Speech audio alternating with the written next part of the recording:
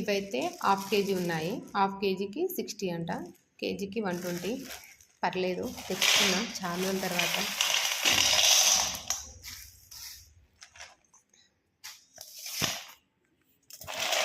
చూడండి, అప్పుడు ఎప్పుడో చిన్నప్పుడు వాడినాం, మళ్ళీ ఇన్ని రోజులకు. ఇది వాడితే హెయిర్ డ్రై అవుతుందంట, కానీ చూద్దాం.